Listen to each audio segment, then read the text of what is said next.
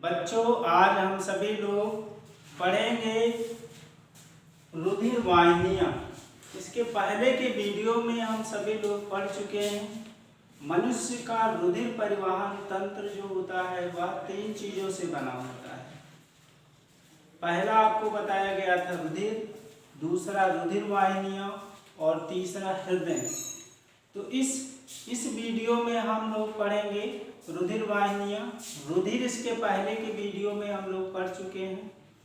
तो यहाँ पर हम लोग जानेंगे जो रुधिर वाहिनियाँ होती हैं, वास्तव में रुधिर वाहिनियाँ क्या करती हैं।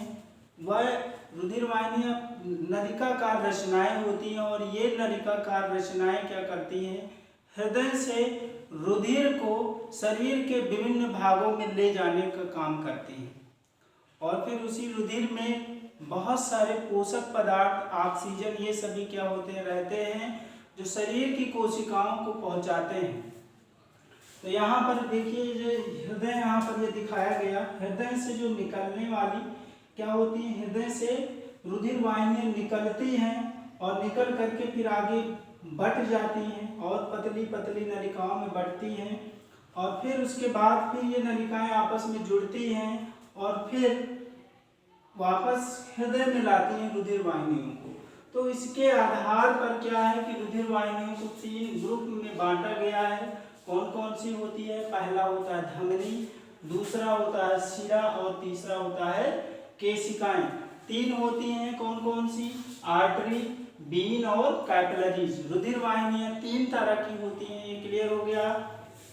अब यहाँ पर हम लोग इसको डिफरेंस वे में पढ़ेंगे, अंतर के रूप में इसको पढ़ेंगे, क्योंकि आपके एग्जाम में जो धमनी और शिरा में अंतर लिखने को आता है। तो यहाँ पर हम देखिए जो धमनी और शिरा में क्या अंतर है, एक एक पॉइंट करके हम लोग समझते चलेंगे। वास्तव में जो धमनी होती है ये रुधिर को हृदय से दूर ले जाती है। मतलब ये जब हृदय क्या होता है, पंप करता है, तो ये रुधिर को क्या करेगा, आगे की तरफ धक्का देता है और ये फिर रुधिर क्या होगा, आगे बढ़ जाता है। यानी हृदय से जो धमनी होती है वो रुधिर को हृदय से दूर ले जाने का काम करती है, जबकि शिरा जो होता है ये रुधिर को हृदय में वापस लाती है। ये देखिए यहाँ पर ये जो दिखाया गया ये क्या है, ये शिरा है और ये जो है जो दूर ले जाती है ये क्या है, धमनी है। तो पहला अंतर क्या हो गया, जो धमनी है वो रुधिर को हृदय से दूर ले जाती है और जो शिरा होता है वो रुधिर को शरीर के विभिन्न भागों से हृदय में वापस लाती है। सेकंड, इनकी दीवार भित्ति मोटी होती है। धमनी की जो दीवार भित्ति है वो क्या होती है, मोटी होती है, जबकि शिरा की जो दीवार भित्ति है वह पतली होती है। यहाँ पर ये एक धमनी है और ये दूसरा शिरा दिखाया गया है। यहाँ पे देखिए इसकी जो भित्ति है वो काफी मोटी है और इस जो शिरा है उसकी भित्ति क्या होती है, पतली होती है। तो दोनों में दूसरा अंतर हो गया, इनकी जो दीवार भित्ति होती है, धमनी की दीवार भित्ति वह मोटी होती है और शिरा की दीवार भित्ति पतली होती है। अगला अंतर हम लोग देखेंगे, इनका ल्यूमेन सकरा होता है। इनका मतलब धमनी का जो ल्यूमेन होता है वह सकरा होता है, जबकि शिरा का ल्यूमेन चौड़ा होता है। यहाँ पर आप देखिए इसके अंदर जो स्पेस है, जिसके अंदर ब्लड का प्रवाह होता है, रुधिर का प्रवाह होता है, जिसमें से रुधिर इस नली के अंदर जो जगह स्पेस है उसको ल्यूमेन बोलते हैं। तो इसका ल्यूमेन जो होता है वह सकरा होता है, जबकि यहाँ पे देखिए ल्यूमेन जो है वह क्या है, चौड़ा होता है।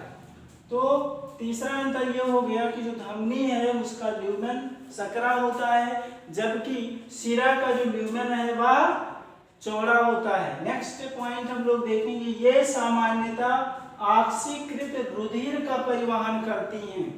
मतलब कि जो धमनी है वह ऑक्सीजन युक्त रुधिर का परिवहन करती है, लेकिन यहाँ पर एक एक्सेप्शन है, एक अपवाद है। एक धमनी ऐसी है जो क्या करती है, अनाक्सीकृत रुधिर का परिवहन करती है। तो वो याद रखना है, इसका क्या है, उसका नाम है पल्मोनरी धमनी। पल्मोनरी नरी धमनी। देखिए जितनी भी धमनियां हैं वो सभी ऑक्सीकृत रुधिर का परिवहन करती है, लेकिन केवल एक धमनी है जिसका नाम है पल्मोनरी धमनी, वह अनाक्सीकृत रुधिर का परिवहन करती है। इसको फुफ्फुसीय धमनी भी बोलते हैं। जबकि शिरा जो होती है ये सामान्यतः अनाक्सीकृत रुधिर का परिवहन करती है। अनाक्सीकृत रुधिर का परिवहन ये धमनियां सभी करती हैं। केवल यहाँ पर भी एक अपवाद है, वो है क्या, एक ऐसी शिरा है जिसका नाम है पल्मोनरी शिरा। यह सभी शिराएं जो होती हैं वह अनाक्सीकृत रुधिर का परिवहन करती हैं, केवल एक को छोड़ करके, और वह जो शिरा है कौन सी है जो ऑक्सीकृत रुधिर का परिवहन करता है, वो होता है पल्मोनरी शिरा।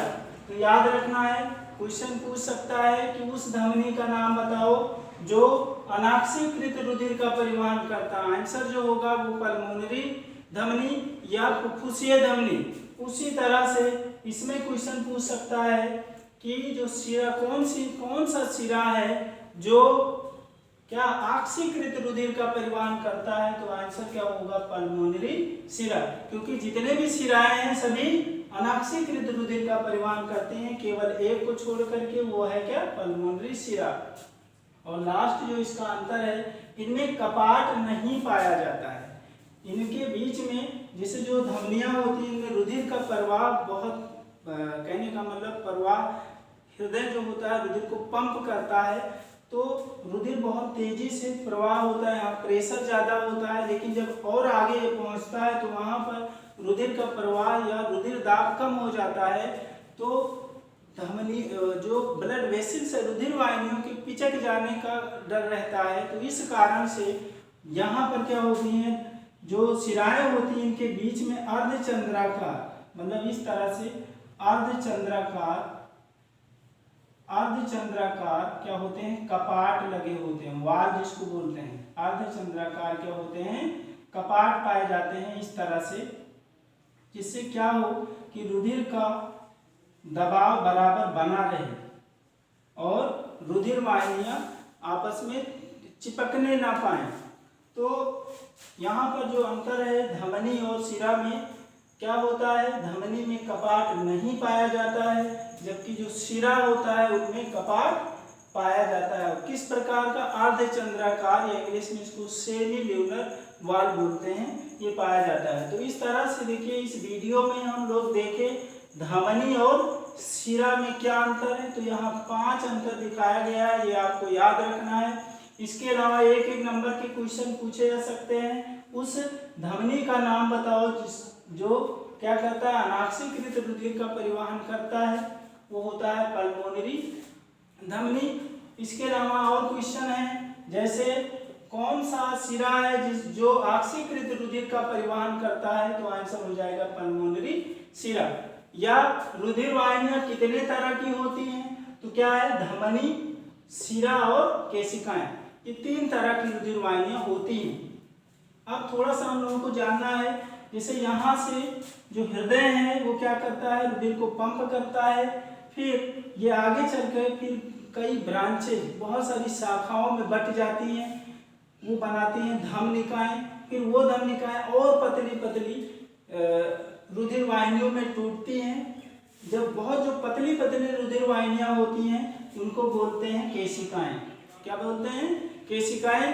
फिर ये केशिकाएं आपस में जुड़ करके फिर सिरकाओं का निर्माण करती हैं, यानी सिरकाएं बनती हैं। फिर बहुत सारी सिरकाएं आपस में जुड़ करके शिराएं बनाती हैं, और फिर जो शिरा होती है ये आ करके फिर हृदय में रुधिर को, यानी हृदय से आकर के जुड़ जाती हैं और वापस रुधिर को हृदय में पहुंचाती रहती हैं। तो यहाँ पे जो कैपिलरीज होती हैं ये बहुत ही पतली पतली रुधिर वाहिनियाँ होती हैं। केशिकाएं जो है बहुत पतली पतली रुधिर वाहिनियाँ होती हैं। इनकी दीवार जो होती है केवल कोशिकाओं की एक परत से बनी होती है, और ये धमनी और शिरा को जोड़ने का काम करती हैं।